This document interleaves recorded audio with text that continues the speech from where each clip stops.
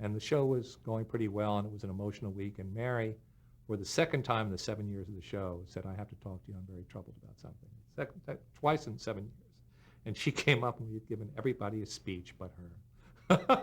I don't know why. And we said, oh, my God, you're so right. We're so, oh, my God, what the hell? You know, the talk about taking somebody for granted.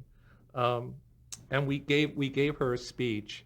And then the key memorable joke, I mean, there were two things. We came up with the goofy idea of, you know, how to do a sentimental song where it's ironic and not a sentimental song. So we did a World War I song.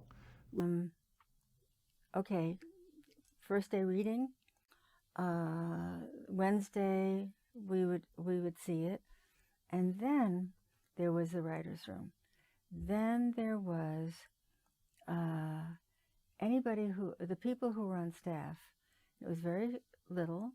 The first year it was Jim and Allan and Dave Davis.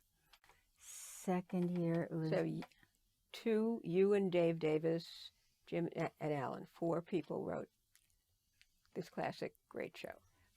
Well, this is the first year. 4 people wrote this episode. 4 people had their hands in this episode. I'm trying to think exactly. I would say 90%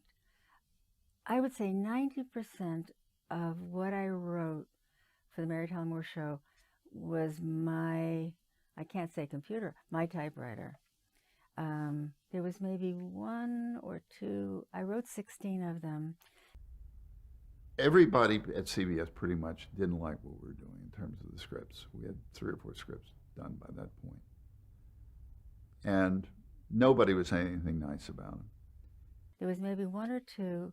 But how many other writers worked on the staff that first year? I mean, each...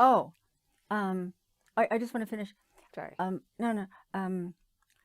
1 or 2, I would say I didn't write as much as 90%, where my writing wasn't good enough, or they didn't like it enough, and they put more in. But you were so left alone, and you were so kind of respected, because that's why they hired you. Okay, the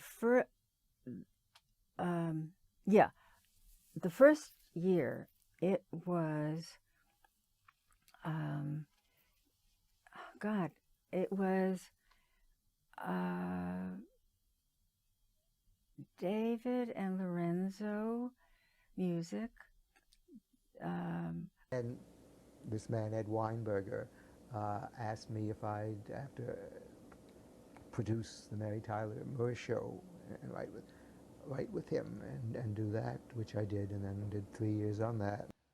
We've been asked to talk about our relationship on the Mary Tyler Moore Show, right? And I despised him.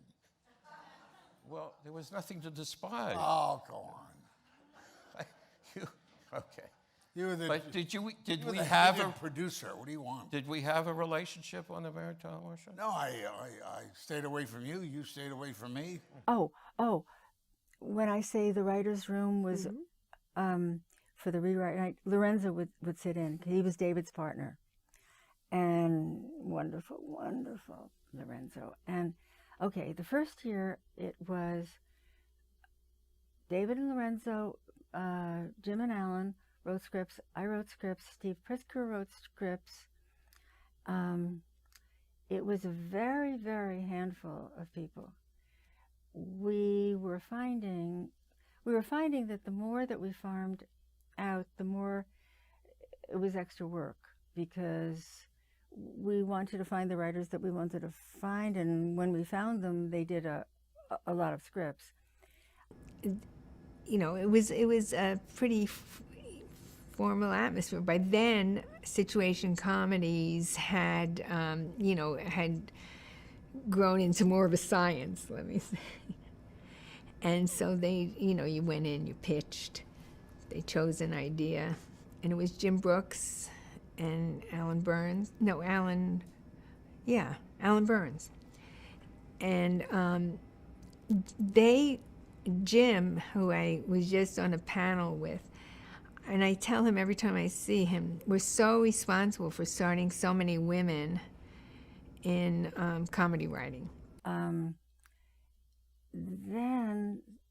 the second year was Ed Weinberger came in as producer. Dave Davis and Lorenzo were now doing, I think, Newhart the second year.